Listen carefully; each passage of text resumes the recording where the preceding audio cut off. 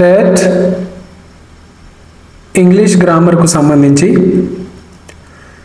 Grammar rules తోటి సంబంధం లేకుండా జస్ట్ లాజిక్ను అర్థం చేసుకొని ఇచ్చినటువంటి 4 ఆప్షన్స్లలో కరెక్ట్ ఆప్షన్ను సెలెక్ట్ చేసే విధంగా నేను క్లియర్ కట్గా లాజిక్స్ను వివరించడం జరిగింది.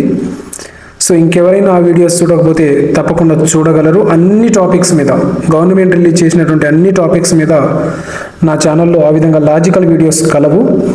సో ఇంకా ఎవరైనా చూడకపోతే చూడగలరు.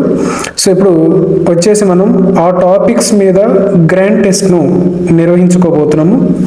సో ఈ గ్రాండ్ టెస్ట్లో నేను తీసుకున్న బిట్స్ అన్నీ కూడా గతంలో అడిగినటువంటి ప్రశ్నలను ఆధారంగా చేసుకొని మాత్రమే నేను ఆ ప్యాటర్న్లోనే ఈ క్వశ్చన్ పేపర్ను తయారు చేయడం జరిగింది. సో ఒకసారి అవి చూద్దాం. సో గమనించండి, ఇది టిఎస్ మరియు అంటే టీజీ మరియు ఏపీ ఇద్దరికి ఉపయోగపడే విధంగా దీన్ని రూపొందించడం జరిగింది. సీటెట్ ప్రిపేర్ అయ్యేటువంటి వారికి కూడా ఉపయోగపడే విధంగా దీన్ని రూపొందించడం జరిగింది. సో ఒకసారి బిట్స్ చూద్దాము. గమనించండి, చూస్ the correct sentence. Choose the correct sentence. ఇక్కడ ఇచ్చినటువంటి వాటిలో కరెక్ట్ సెంటెన్స్ ఏదంటున్నాడు, దాన్ని దేని బేస్ చేసుకొని ఇచ్చాడు? No sooner, no sooner, no sooner అనేటువంటి దాన్ని బేస్ చేసుకొని ఇచ్చాడు. నో సూనర్ అనేటువంటిది వచ్చినప్పుడు ఓకే, క్వశ్చన్లో నో సూనర్ అనేటువంటి దాని మీద బిట్ వస్తే మనకు అదే సెంటెన్స్లో టిహెచ్ఏఎన్ ధ్యాన్ అనేటువంటిది ఉండాలి. రైట్, ఒకసారి ఆప్షన్స్ చూస్తే మరి మనకు లాజిక్ ప్రకారం ఉందా లేదా అనేటువంటిది తెలుస్తుంది. ఒకసారి గమనించండి. నో సూనర్ ఉన్నది, వెన్ ఉన్నది, అంటే ఇది కాదు. నో సూనర్ ఉన్నది, ధ్యాన్ ఉన్నది. రైట్, సో ఇది కరెక్ట్ ఆన్సర్ అవుతుంది. మిగతా ఎందుకు కాదో కూడా చూద్దాం. నో సూనర్ ఉన్నది, ధ్యాన్ ఉన్నది, కానీ ఇక్కడ గమనించండి, నో సూనర్ తర్వాత పక్కగా హ్యాడ్ ఉండాలి, అది ఇక్కడ హ్యాడ్ కూడా లేదు. సో కాబట్టి ఇది కూడా రాంగ్ ఆన్సర్. నో సూనర్ తర్వాత హ్యాడ్ ఉండాలి. నెక్స్ట్ నో సూనర్ హ్యాడ్ ఉంది, బట్ ఇక్కడ టిహెచ్ఈఎన్ మనల్ని కన్ఫ్యూజ్ చేయడానికి అలా ఇచ్చాడు కాబట్టి ఇది కూడా రాంగ్ ఆన్సర్. సో మనకు కరెక్ట్ ఆన్సర్ వచ్చేసి ఇది అవుతుంది. నో సూనర్ తర్వాత ఏముండాలి? హ్యాడ్ ఉండాలి ప్లస్ టిహెచ్ఏఎన్ దాంతో అది జాయింట్ అవుతుంది. రైట్, సో ఆ విధంగా అది అందులో ఉన్నటువంటి logic. Next fill in the blanks. Hardly, right, hardly had the bell ring, the student rushed out. So ఇక్కడ గమనించండి, హార్డ్లీ కానీ అడిగినటువంటి సెంటెన్స్లో హార్డ్లీ కానీ లేదా స్కేర్స్లీ కానీ ఉంటే దానికి జాయినింగ్ సెంటెన్స్ దానికి జాయినింగ్ వర్డ్ ఏమొస్తుందంటే వెన్ ఉంటుంది. రైట్, సో గుర్తుపెట్టుకోండి, ఇది ఇంపార్టెంట్. హార్డ్లీ కానీ స్కేర్స్లీతో కానీ సెంటెన్స్ స్టార్ట్ అయితే, హార్డ్లీ కానీ స్కేర్స్లీతో కానీ సెంటెన్స్ కనుక స్టార్ట్ అయినట్లయితే అప్పుడు ఏముంటుందంటే ఫాలోఅప్లో వెన్ ఉంటుంది. అంటే హార్డ్లీ అనేటువంటిది ఒక సెంటెన్స్ ఉంటుంది, ఇంకో సెంటెన్స్ను మనం జాయిన్ చేసేటప్పుడు వెన్ అనేటువంటి దాన్ని ఉపయోగిస్తాం. సో ఇక్కడ ఆన్సర్ వచ్చేసి when. Hardly had the bell ring when the students rushed out. So అది కరెక్ట్ ఆన్సర్ అందులో. సో ఈ విధంగా అన్ని టాపిక్స్ మీద స్పెషల్గా వీడియోలు కలవు, కావాల్సిన వాళ్ళు తప్పకుండా చూడగలరు. నెక్స్ట్, ఆల్రెడీ నేను మీరు ఇది ప్రిపేర్ అయ్యేటప్పుడు ఈజీగా అర్థం కావడం కోసం ఇక్కడ గమనించండి, నేను క్లూస్ ప్రొవైడ్ చేశాను ప్రతి క్వశ్చన్కు. సో చూస్తే మీకు అక్కడ ఉన్నటువంటి ఆ క్వశ్చన్లో ఉన్నటువంటి లాజిక్ తెలిసే విధంగా నేను క్లూస్ ప్రొవైడ్ చేయడం జరిగింది. So neither the head master nor the teachers dash present. Neither the head master nor the teacher dash present. Teachers అన్నాడు. సో ఇక్కడ ఏం వస్తుంది? Is a head master, teachers తర్వాత was a, are a, has a. So గమనించండి, ఇక్కడ వచ్చేసి ఏమవుతుంది answer అంటే మనకు సి అవుతుంది. నైదర్ ఉన్నప్పుడు గుర్తుపెట్టుకోండి, నైదర్ ఉన్నప్పుడు ఓకే, ఒకసారి రబ్ చేస్తాను. గమనించండి, నైదర్ ఉన్నప్పుడు హెల్పింగ్ వర్బ్ మనకి ఇక్కడ వాడేటువంటి హెల్పింగ్ వర్బ్ దేని మీద డిపెండ్ అవుతుందంటే దీని మీద డిపెండ్ అవుతుంది. సో ఇది టీచర్స్ అనే దాని మీద. టీచర్స్ అనేటువంటిది సింగులరా ప్లూరల్ అంటే అది ప్లూరల్ కాబట్టి అక్కడ ఏమొస్తుంది అంటే ఆర్ అనేటువంటిది వస్తుంది. ఈజ్ అనేటువంటిది సింగులర్, వాజ్ అనేటువంటిది సింగులర్ హెల్పింగ్ వర్బ్, హ్యాజ్ అనేటువంటిది కూడా singular helping verb. So are అనేటువంటిది కరెక్ట్. సో గమనించాలి, ఇక్కడ ఆల్రెడీ నేను క్లూ కూడా ప్రొవైడ్ చేయడం జరిగింది.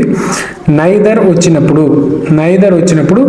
ఇక్కడ ఉన్నటువంటి దాన్ని బట్టే మనకు హెల్పింగ్ వర్బ్ అనేటువంటిది వస్తుంది, అది గుర్తుపెట్టుకోవాలి. Next, choose the correct sentence. So ఇది కూడా ఇంపార్టెంట్. వన్ ఆఫ్ ద వచ్చినప్పుడు, సో వన్ ఆఫ్ ద వచ్చినప్పుడు వన్ ఆఫ్ ద ప్లస్ పక్కన ప్లూరల్ గమనించండి. వన్ ఆఫ్ ద ప్లేయర్ ఉండదు, వన్ ఆఫ్ ద ప్లేయర్స్ అంటే ఇక్కడ కంపల్సరీ ప్లూరల్ అనేటువంటిది ఉంటుంది. సో ఇది ఇక్కడ ప్లూరల్ లేదు అంటే ఇది రాంగ్ సెంటెన్స్ అవుతుంది. సో వన్ ఆఫ్ ద ఉన్నప్పుడు ఇక్కడ ప్లూరల్ కంపల్సరీ ఉండాలి, రైట్? సో అది అక్కడ ఉన్నటువంటి లాజిక్. అయితే ఇక్కడ ప్లూరల్ ఉన్నప్పటికీ గమనించండి, ఇక్కడ ప్లూరల్ ఉన్నప్పటికీ ఇక్కడ మాత్రం సింగులర్ హెల్పింగ్ వర్బ్ను మాత్రమే తీసుకుంటుంది. వన్ ఆఫ్ ద ఉన్నప్పుడు ఇక్కడ రెండు లాజిక్లు ఉన్నాయి, ఇది ప్లూరల్లో ఉండాలి, ఇక్కడ సింగులర్ ఉండాలి, అది గుర్తుపెట్టుకోండి. ఇక్కడ ప్లూరల్ ఉండాలి, ఇక్కడ సింగులర్ ఉండాలి. సో గమనించండి, one of the players have ఉంది, one of the players have ఉంది అంటే హ్యావ్ అనేటువంటిది ప్లూరల్కు ఉపయోగిస్తాం, కానీ హ్యావ్ ఇక్కడ రాదు, right? One of the players has, ఇది సింగులర్ హెల్పింగ్ వర్బ్ అంటే ఇది ఆన్సర్ అవుతుంది. So one of the player ఇక్కడ హ్యాస్ ఉంది, కానీ ఇక్కడ గమనించండి, ఇక్కడ హ్యాస్ ఉంది కానీ ఇక్కడ మాత్రం ప్లేయర్ అని ఉన్నది. సో అంటే ఇది కూడా ఏమవుతుంది, రాంగ్ ఆన్సర్ అవుతుంది, ఎందుకంటే ఇక్కడ ప్లూరల్ లేదు. Next, one of the players ఇక్కడ దాకా కరెక్టే, ఇక్కడ has okay scored a century. So ఇక్కడ వన్ ఆఫ్ ద ఇక్కడ ద లేదు, రైట్? సో ఇది కూడా రాంగ్ ఆన్సర్. గమనించండి, 3 థింగ్స్ ఈ బిట్లో మనం నేర్చుకున్నాం. ఒకటి, వన్ ఆఫ్ ద ఉన్నప్పుడు okay one of the bit మీ కనుక ఇచ్చినట్లయితే వన్ ఆఫ్ ద తర్వాత నౌన్ అనేటువంటిది ప్లూరల్ ఉండాలి, హెల్పింగ్ వర్బ్ అనేటువంటిది సింగులర్ ఉండాలి. ఇది మనం నేర్చుకున్నాం, రైట్? ఇది మనం నేర్చుకున్న లాజిక్. సో ఆ లాజిక్ ఒకసారి ఇక్కడ చెప్తా, గమనించండి. ఇగో గమనించండి, వన్ ఆఫ్ ద ఉన్నప్పుడు ఇక్కడ ప్లూరల్ ఉండాలి, ఇక్కడ సింగులర్ ఉండాలి. సో ఇక్కడ ఏమున్నది, ప్లూరల్దే ఉన్నది అంటే ఇది రాంగ్, ఇక్కడ సింగులర్ ఉన్నది, హ్యాస్ ఉన్నది. సో ఇది రైట్ అవుతుంది. దీనితో పాటు ఇంకొక లాజిక్ ఏంటిదంటే గమనించండి, వన్ ఆఫ్ ఉన్నప్పుడు, వన్ ఆఫ్ కనుక ఉన్నప్పుడు, ఇలా వన్ ఆఫ్ కనుక ఉన్నప్పుడు అక్కడ కంపల్సరీ ద అనేటువంటిది వస్తుంది వన్ ఆఫ్ తర్వాత. ఇగో ఇక్కడ గమనించండి, ద ద ద. సో ఆ విధంగా అది కూడా ఒక లాజిక్. సో ఇన్ని లాజిక్లు ఉన్నాయి ఇందులోనే, రైట్? సో ఆ విధంగా గుర్తుపెట్టుకోండి, కావాల్సిన వాళ్ళు రాసి పెట్టుకోండి. నెక్స్ట్ వచ్చేసి fill in the blank. Not only the students but also the principal dash welcomed the guest. So not only but also వచ్చినప్పుడు the verb agrees with nearest subject. So verb అనేటువంటిది ఇక్కడ రావాల్సినది దేని మీద ఆధారపడుతుందంటే దీని మీద ఆధారపడుతుందని చెప్తున్నాడు. ఇక్కడ ఉన్నటువంటి సబ్జెక్ట్ మీద ఆధారపడుతుంది. సో ప్రిన్సిపాల్ అనేటువంటిది ఏంటిది, సింగులర్. ప్రిన్సిపాల్ అనేటువంటిది సింగులర్. సో హెల్పింగ్ వర్బ్ కూడా ఏమవుతుంది, సింగులర్ హెల్పింగ్ వర్బే అవుతుంది, రైట్? సింగులర్ హెల్పింగ్ వర్బ్ అవుతుంది. సో ఇక్కడ గమనించండి, వర్ అనేటువంటిది ప్లూరల్, సో ఇది కాదు. ఆర్ అనేటువంటిది ప్లూరల్, ఇది కాదు. హ్యావ్ అనేటువంటిది ఇంతకుముందు చెప్పుకున్న కదా ప్లూరల్, ఇది కాదు. సో ఆన్సర్ వాజ్ అనేటువంటిది అవుతుంది. సో ఇప్పుడు సెంటెన్స్ అయితే not only the students but also the principal was welcome the guest, right? Next చూద్దాం, ఇది కూడా చాలా ఇంపార్టెంట్. అంతకుముందు అడిగిన బిట్స్ ఇవి, గమనించండి. చూస్ ద కరెక్ట్ ఆర్టికల్. ఇక్కడ కరెక్ట్ ఆర్టికల్ ఏంటిదో చూస్ చేయమంటున్నాడు, రైట్? ఒకసారి గమనించండి. He is dash MBA graduate. నేను మీకు చాలాసార్లు దాదాపు అన్ని వీడియోస్లలో చెప్తున్నా, ఆర్టికల్ అనేటువంటి బిట్ కనుక వస్తే దాన్ని కంపల్సరీ ఫస్ట్ తెలుగులో రాసుకోవాలి. ఇప్పుడు దీనిలో రాయండి, దీన్ని ఏమని చదువుతాం, MBA ఏ, రైట్. సో మనం యాన్ ఎప్పుడు ఉపయోగిస్తామని నేర్చుకున్నాము? ఆ నుంచి అమహ మధ్యలో ఉన్నప్పుడు మనం యాన్ రాస్తామని నేర్చుకున్నాం కదా. మరి ఆ నుంచి అమహలో ఫస్ట్ లెటర్ ఉంది ఇక్కడ, ఏ అనేటువంటిది ఇందులో వస్తుంది కదా. కాబట్టి ఆన్సర్ ఈజీగా యాన్ అవుతుంది. He is an MBA graduate. So ఆ విధంగా కంపల్సరీ తెలుగులో రాసి చూసుకోవాలి, అప్పుడు మాత్రమే మీరు చేయగలుగుతారు. Next, choose the correct preposition. The train went dash the tunnel. So tunnel ద్వారా ట్రైన్ వెళ్ళింది. గమనించండి, ద్వారా అని చెప్పినప్పుడు మనం ఎటువంటి ప్రిపోజిషన్ ఉపయోగిస్తామంటే త్రో అనే దాన్ని ఉపయోగిస్తాం. త్రో అంటే ఈ విధంగా ఉండి ఈ విధంగా ద్వారా ఒకదాని గుండా వెళ్ళినప్పుడు అని చెప్పేటప్పుడు మనము త్రో అనేటువంటి దాన్ని ఉపయోగిస్తాం, రైట్. సో ఇక్కడ త్రో చెప్పినప్పుడు ఇంకొక లాజిక్ కూడా చెప్తాను నేను. ఆ లాజిక్ ఏంటిదంటే గమనించండి, ఆల్రెడీ మనం సైలెంట్ లెటర్స్లో నేర్చుకున్నాం. సో ఆ సైలెంట్ లెటర్కి సంబంధించి ఇక్కడ పదం వచ్చింది కాబట్టి దాన్ని కూడా ఎక్స్ప్లెయిన్ చేస్తాను. ఏదైనా వర్డ్ GHతో ఎండ్ అయినా లేదా GHTతో ఎండ్ అయినా, ఈ విధంగా ఉన్న ఒక పదం యొక్క చివరకు, ఓకే, ఫర్ ఎగ్జాంపుల్ క్యాచ్ ఉన్నది, CAUGHT, ఈ విధంగా. సో ఏదైనా పదము GH తోటి ఎండ్ అయినా లేదా GH తర్వాత T ఉన్నా గమనించండి, మనం ఈ GHని పలకకూడదు. ఫర్ ఎగ్జాంపుల్ ఇది చూడండి, కాట్ అంటాం తప్ప ఈ GHను పలకం. సో అది అంటే సైలెంట్ లెటర్స్కు సంబంధించినటువంటి రూల్ అది, రైట్. అర్థమైందా లాజిక్? ఒకసారి గమనించండి, ఏదైనా పదం GHతో ఎండ్ అయితే GHను పలకకూడదు, GH తర్వాత T ఉన్నా కూడా GHను పలకకూడదు. ఇది సైలెంట్ లెటర్స్కు సంబంధించి మీకు అడిగినప్పుడు, రైట్, ఎగ్జామ్లో అడిగితే అలా గుర్తుపెట్టుకోండి. అది నెక్స్ట్ బిట్ వచ్చేసి the committee dash divided in it's opinion. So ఇక్కడ కమిటీ తర్వాత ఎటువంటి హెల్పింగ్ వర్బ్ను ఉపయోగిస్తాం? కమిటీ అనేటువంటిది ఒక గ్రూప్ ఆఫ్, అంటే కలెక్టివ్ నౌన్ కాబట్టి దీని తర్వాత ఏం ఉపయోగిస్తామంటే మనం ఇక్కడ ఒక గ్రూప్గా తెలియజేస్తున్నప్పుడు మాత్రమే ఈజ్ కానీ వాజ్ కానీ ఈ రెండు ఉపయోగిస్తాం, సింగులర్ హెల్పింగ్ వర్బ్. ఒకవేళ కమిటీ ఉంది కదా, గమనించండి, ఇది కమిటీ తర్వాత మెంబర్స్ అని గనక ఉంటే అప్పుడు ఆర్ ఉపయోగిస్తాం, అంటే హెల్పింగ్ వర్బ్లో చేంజ్ అనేటువంటిది ఉంటుంది, ప్లూరల్ హెల్పింగ్ వర్బ్ వస్తుంది. ఒక కమిటీనే ఉంటే సింగులర్ హెల్పింగ్ వర్బ్ ఉపయోగిస్తాం, అంటే ఈజ్ కానీ వాజ్ కానీ హ్యాస్ కానీ ఉపయోగిస్తాం. అదే కమిటీ మెంబర్స్ కనుక ఉన్నట్లయితే అప్పుడు ఆర్ ఉపయోగిస్తాం లేదా వర్ ఉపయోగిస్తాము. సో అది next, choose the correct question tag. Few students attended the meeting dash. ఇక్కడ కరెక్ట్ క్వశ్చన్ ట్యాగ్ ఏంటిది అని అంటున్నాడు. సో కరెక్ట్ క్వశ్చన్ ట్యాగ్ అంటే గమనించండి, ఇక్కడ ఏమొస్తుందంటే మనకు ఆన్సర్ వచ్చేసి డిడ్ దే అవుతుంది, రైట్. ఎప్పుడైనా క్వశ్చన్ ట్యాగ్ను ఆల్రెడీ మనం నేర్చుకుని ఉన్నాం కదా, పాజిటివ్ సెంటెన్స్ ఉంటే మనం ఇప్పటిదాకా నేర్చుకున్న రూల్ ఏంటిది అంటే సెంటెన్స్లో గనక నాట్ ఉంటేనేమో క్వశ్చన్ ట్యాగ్లో నాట్ తీసేయాలి, నాట్ లేకపోతే క్వశ్చన్ ట్యాగ్లో నాట్ రాయాలి. అది మనం నేర్చుకున్న రూల్. కానీ ఇప్పుడు ఇక్కడ నాట్ లేదు, మరి ఇప్పుడు నేను నాట్ యాడ్ చేయలే. కారణం ఏంటిదంటే కొన్ని పదాలు ఉంటాయి, అవి నెగటివ్ను తెలియచేసేటువంటి, అంటే నాట్ను తెలియచేసేటువంటి కొన్ని పదాలు ఉంటాయి. అది అందులో ఫ్యూ ఒకటి. ఫ్యూతో పాటు లిటిల్ కానీ, అంటే ఈ ప్లేస్లో ఇవి లిటిల్, LITTLE లిటిల్ కానీ, లేదంటే హార్డ్లీ కానీ, లేదా స్కేర్స్లీ కానీ, ఓకే, లేదా నోబడి కానీ, నన్ కానీ, నో కానీ, అటువంటి తెలియజేసేటువంటి ఈ పదాలు గనక క్వశ్చన్ ట్యాగ్లో ఉంటే అక్కడ నాట్ ఉన్నట్టుగా మనం భావించాలి. వెరీ వెరీ ఇంపార్టెంట్ ఇది.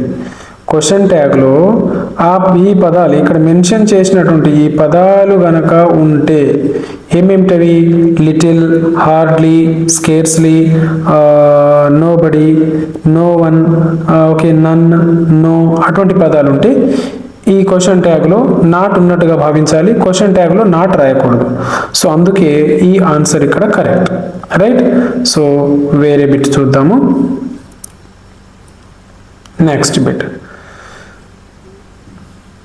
Choose the correct conditional sentence. Correct conditional సెంటెన్స్ను చూస్ చేయమంటున్నాడు. సో ఇక్కడ లాజిక్ ఏంటిదంటే హ్యాడ్ ఉంటే వుడ్ హ్యావ్ ప్లస్ V3 ఉండాలి. హ్యాడ్ ఉంటే వుడ్ హ్యావ్ ప్లస్ V3 ఉండాలి. సో ఇది answer, would have plus V3. Next అదే లాజిక్ అందులో, అలానే గుర్తుపెట్టుకోండి. People say that she is honest. So ఇవి కొన్ని స్పెషల్ కేస్ బిట్లు. సో అవి ఎలా అంటే సెట్ టు తర్వాత వర్బ్ ఉన్నది మనం సెలెక్ట్ చేసుకోవాలి. ఇప్పుడు చూడండి, people say that she is honest. So ఇక్కడ ఆన్సర్ వచ్చేసి ఏమవుతుందంటే she is said to be honest. ఇవి స్పెషల్ కేసు, ఇలానే మనం గుర్తుపెట్టుకోవాలి. నెక్స్ట్ బిట్ చూద్దాము. ఇది choose the correct reported speech. Direct indirect స్పీచ్కు సంబంధించి. సో ఇది ఇండైరెక్ట్ స్పీచ్ను సెలెక్ట్ చేయమంటున్నాడు. ఏది? ఈ వాక్యానికి. ఓకే, సో ఈ బిట్ను డీల్ చేసే ముందు ఫస్ట్ ఇక్కడ ఒకటి ఎక్స్ప్లెయిన్ చేస్తాను. అసలు ఇది ఇప్పుడు మనకు డైరెక్ట్ స్పీచ్లో ఉందా, ఇండైరెక్ట్ స్పీచ్లో ఉందా అనేటువంటిది రికగ్నైజ్ చేయమని కూడా అడుగుతుంటాడు పంక్చుయేషన్ మార్క్స్లో. సో ఇది వచ్చేసి డైరెక్ట్ స్పీచ్లో ఉంది. ఎందుకంటే గమనించండి, ఇన్వర్టెడ్ కామాస్లో కనుక ఉంటే, ఈ విధంగా ఇన్వర్టెడ్ కామాస్లో కనుక ఉంటే అది డైరెక్ట్ స్పీచ్, రైట్? ఇవి తీసేసి కనుక ఉంటే అది ఇండైరెక్ట్ స్పీచ్. అది మొదటిది, అందులో మనం గుర్తుపెట్టుకోవాల్సినటువంటి లాజిక్, రైట్? నెక్స్ట్ చూద్దాము. ఇక్కడ ఏం చేయమంటున్నాడో చూడండి. దీన్ని ఇండైరెక్ట్ స్పీచ్లోకి మార్చమంటున్నాడు, రైట్? సో గమనించండి. He said, I can solve this problem. Okay, so ఇక్కడ గమనించండి, కెన్ అనేటువంటిది కుడ్గా మారుతుంది. ఇది మనం నేర్చుకునే లాజిక్. కెన్ ఉంటే కుడ్ ఉన్నటువంటిది ఆన్సర్ అవుతుంది. మరి ఇప్పుడు గమనించండి, ఇక్కడ కుడ్ ఉన్నది, ఇక్కడ కుడ్ ఉన్నది, కానీ ఇంకోటి ఉన్నది అక్కడ. దిస్ ఉంటే అది దట్గా కూడా మారుతుంది. So I can solve this problem ఉంది కదా, దట్ ప్రాబ్లం అని ఉండాలి, అది ఆన్సర్ అవుతుంది. సో ఇక్కడ దిస్ ఉంది, ఇది కాదు. ఇక్కడ అటువంటి ఏం లేవు, సో ఇవి కావు. సో ఆన్సర్ వచ్చేసి ఏ అవుతుంది, right? He said that he could solve that problem, right? ఆ విధంగా అనమాట. నెక్స్ట్, కెన్ ఉంటే కుడ్, తర్వాత దిస్ ఉంటే దట్, దిస్ లేకపోతే కుడ్ ఉన్నదే ఆన్సర్ అవుతుంది. Choose the correct sentence. Correct సెంటెన్స్ను చూజ్ చేయమంటున్నాడు.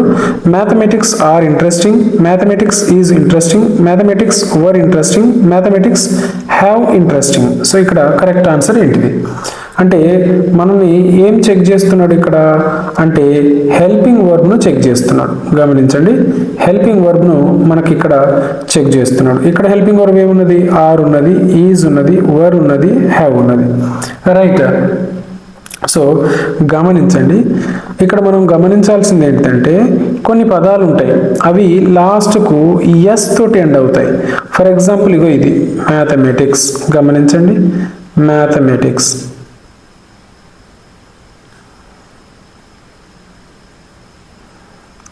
రైట్, ఈ పదాలు దేనితో ఎండ్ అయినాయి? ఎస్ తోటి. అదేవిధంగా ఎకనామిక్స్, సో ఇటువంటి ఫిజిక్స్,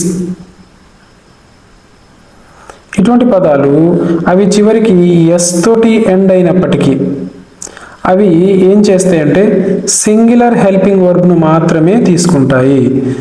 సింగులర్ హెల్పింగ్ వర్బ్ను మాత్రమే తీసుకుంటాయి.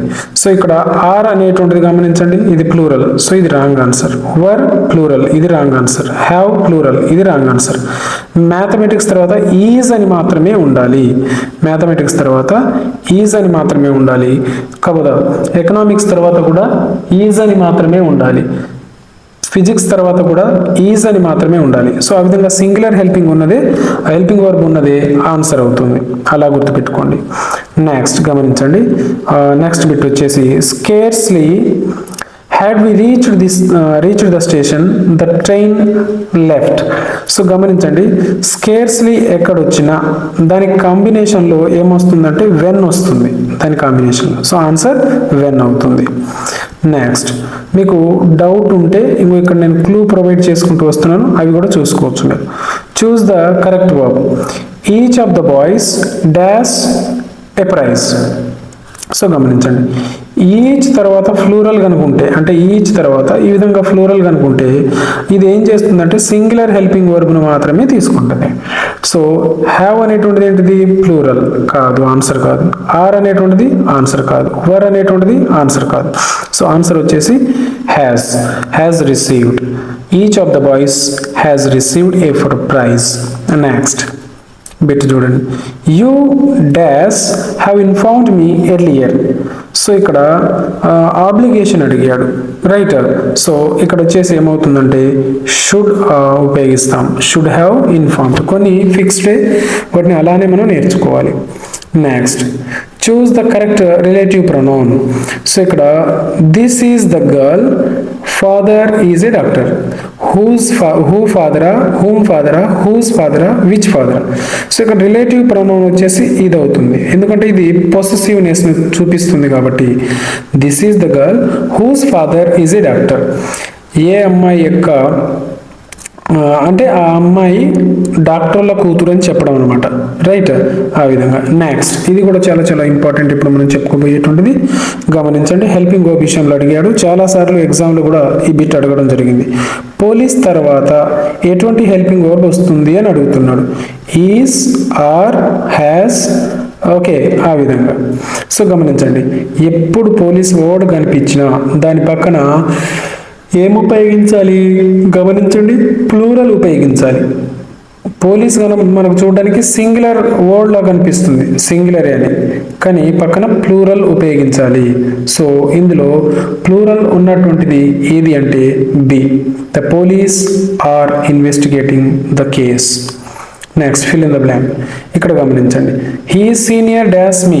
ఎప్పుడు వచ్చినా సీనియర్ వచ్చినా జూనియర్ వచ్చినా అనే పదం వచ్చినా సుపీరియర్ కానీ ఇన్ఫీరియర్ కానీ, సీనియర్, జూనియర్, సుపీరియర్, ఇన్ఫీరియర్ ఈ పదాలు గనక వచ్చినట్లయితే వాటి తర్వాత మనం టు అనేటువంటి ప్రిపోజిషన్నే ఉపయోగించాలి. అది గుర్తుపెట్టుకోండి. అంటే senior to, junior to, superior to, inferior to, ఆ విధంగానే మనం ఆ పదాలను పలకాలి, పక్కన టూను కూడా చదువుకోవాలి, అప్పుడు అవి నోటెడ్ అయిపోతాయి. సో ఇక్కడ senior to, he is senior to me.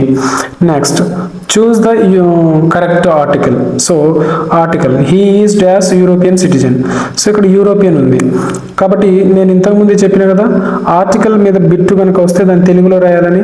So తెలుగులో రాయండి, యూరోపియన్. సో ఇలా రాస్తాం కదా మనం, రైట్. సో ఫస్ట్ లెటర్ ఏంటిది? యు ఉంది. మనకు ఆ నుంచి అమహ మధ్యలో ఉంటే యాన్ వస్తుంది, అది కాకపోతే ఏ వస్తుంది. సో ఇక్కడ యు ఉంది, ఆ నుంచి అమహ మధ్యలో ఉంటుందా? ఉండదు, రైట్.